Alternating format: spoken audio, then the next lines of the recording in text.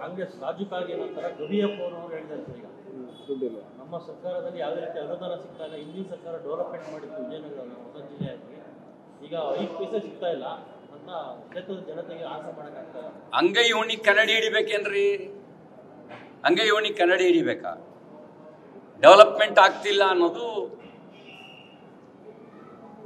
ಎಲ್ರಿಗೂ ಗೊತ್ತಿರೋ ಸಂಗತಿ, ಸರ್ವವೇದ್ಯವಾಗಿರೋದು. ಮುಖ್ಯಮಂತ್ರಿಗಳೇ ಯಾರಾದರೂ ಅಭಿವೃದ್ಧಿಗೆ ಅನುದಾನ ಕೊಡಿ ಅಂತ ಅವ್ರ ಪಾರ್ಟಿ ಶಾಸಕರು ಹೋದ್ರೆ ಅವ್ರು ಹೇಳಿಲ್ವಾ ಎಲ್ಲ ಇದೆ ದುಡ್ಡು, ಎಲ್ಲಿಂದ ತರೋಣ ದುಡ್ಡು, ಸ್ವಲ್ಪ ತಡ್ಕಳಿ ಅಂತ ಅವರು ಹೇಳಿಲ್ವಾ? ಅವರೇ ಹೇಳ್ತಾ ಇದ್ದಾರೆ. ಹಾಗಾಗಿ ಇದೇನು ಹೊಸದೇನಲ್ಲ. ಇವರು ಅದಕ್ಕಾಗಿ ಬಡವರ ಅನ್ನೋನು ಕಿತ್ಕೊಳ್ಳಕ್ಕೆ ಹೊರಟವ್ರೆ. ಬಡವರಿಗೆ ಕೊಡ್ತಿದ್ದ 14 ಲಕ್ಷ BPL ಕಾರ್ಡು. ನನಗಿನ್ನೊಂದಿದೆ, ಒಂದೇ ಅದರಲ್ಲೂ ಕೂಡ ಜಾತಿ ಹುಡುಕಿದಾರಂತೆ. ಯಾವ ಜಾತಿಯವ್ರದ್ದು ಕಟ್ ಮಾಡ್ಬೇಕು ಮಾಡ್ರಯ್ಯ, ಇವರೆಲ್ಲ ನಮಗೆ ಓಟ್ ಹಾಕಾರಲ್ಲ ಅಂತ ಅಲ್ಲೂ ಜಾತಿ ಹುಡುಕಿದಾರಂತ. ಹಂಗೇನಾರು ಮಾಡಿದ್ರೆ ಅದೊಂದು ಪರಮ ಅನ್ಯಾಯ.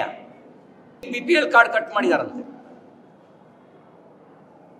ಯಾವ ಜಾತಿಯವರು ಇವರು ಅಂತೇಳಿ, ಯಾವ ಕೋಮಿಕ್ ಸೇರಿದವರು, ಯಾವ ಜಾತಿಯವರು ಅಂತ. ಹಂಗೇನಾದ್ರು ಆ ರೀತಿಯ ಆಪಾದನೆ ನಿಜ ಆಗಿದ್ರೆ ಅದು ಘೋರ ಅಪರಾಧ ಆಗುತ್ತೆ, ಪರಮ ಅನ್ಯಾಯ ಆಗುತ್ತೆ. ಬಡವರ ಅನ್ನಕ್ಕೂ ಕನ್ನ ಹಾಕೋ ಕೆಲಸ ಮಾಡ್ತಿದ್ದಾರೆ. ಯಾರೋ ನನಗೆ ಈಗ ಸೋಷಿಯಲ್ ಮೀಡಿಯಾದಲ್ಲಿ ಹಾಕಿದ್ದನ್ನು ನಾನು ನೋಡಿದೆ.